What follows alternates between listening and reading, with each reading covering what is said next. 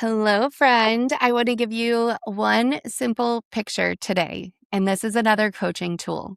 It's a line.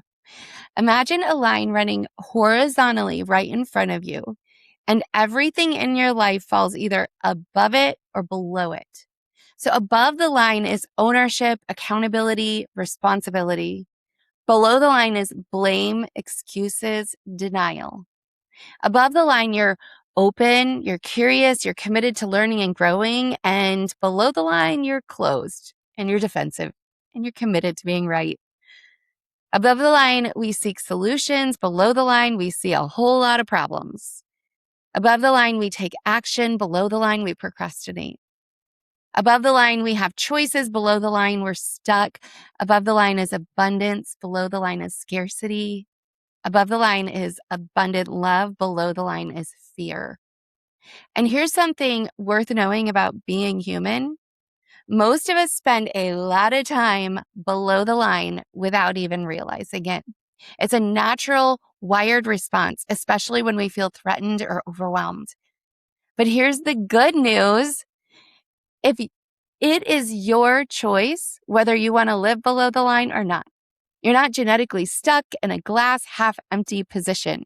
You may have picked up the habit of living below the line from your parents, from how you were raised, or from what you watched modeled for you your whole life. But that generational bondage you can absolutely break out of. So you don't have to stay there. And here's the beautiful thing. The goal isn't perfection. The goal is not never going below the line again. That is not even a possibility. The goal is simply awareness. Where are you right now? Above or below? And that is it. That's the whole practice. Being aware enough in the moment to pause and say, where am I right now? And if you're closed and defensive and committed to being right, you're below the line. And if you're stuck and you cannot see any solutions and you only see obstacles, you're below the line. You're below the line. And I want you to hear this because it's not a judgment. It is just a location. You're not a bad person for being below the line. You are just there right now. And once you know your location, then you can ask yourself this question. Do I want to stay here? If you don't want to stay below the line, and if you're committed to your excuses and your blame right now, that's okay. Just accept yourself there for the moment. And sometimes we need to sit in it for a minute before we're absolutely ready to move out of it. And then if you do want to shift above the line, I'm going to give you one question that is a reliable tool all the time. You ready for it? I like to say to myself, this is hard, but if you could, how would you? I like to tell my brain, this is hard. Like what you're going through is hard right now. That makes sense to me. It's hard. But if you could do this, how would you do it? Sometimes I even tell my brain, I agree, you probably can't do this. You're probably stuck. It's probably impossible. But if you could, how would you? And do you see what that question does? It admits the truth first. This is hard. It doesn't minimize the struggle. And then it opens the door. It assumes a solution exists, even if you can't see it yet. And it invites your brain to get creative instead of staying stuck. So if you could stick to your plan over the weekend, how would you do it?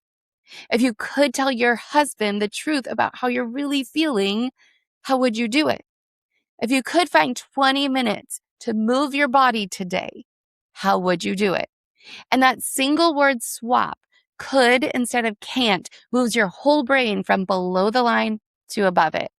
And I really suggest coming up with ridiculously silly solutions. If you are really stuck and you're like, I just don't know how I can do it. I don't even know if it's possible. Come up with the silliest solutions ever. Because once you start with silly, creative solutions, then it opens the door to more solutions. So here's what I want to encourage you today. Just one simple choice. The next time you notice yourself stuck or anxious, defensive, or drowning in excuses, pause. Ask where you are, above or below. Ask yourself, do you want to stay there? And then ask yourself the question, if you don't want to stay there, If you could, how would you? Your tiny step today, the next time you catch yourself below the line, ask the question, if I could, how would I do it? And write down whatever comes to mind, even if it feels small or silly. So, friend, this is your reminder. You're an overcomer. You just have to dare to begin. So let's begin.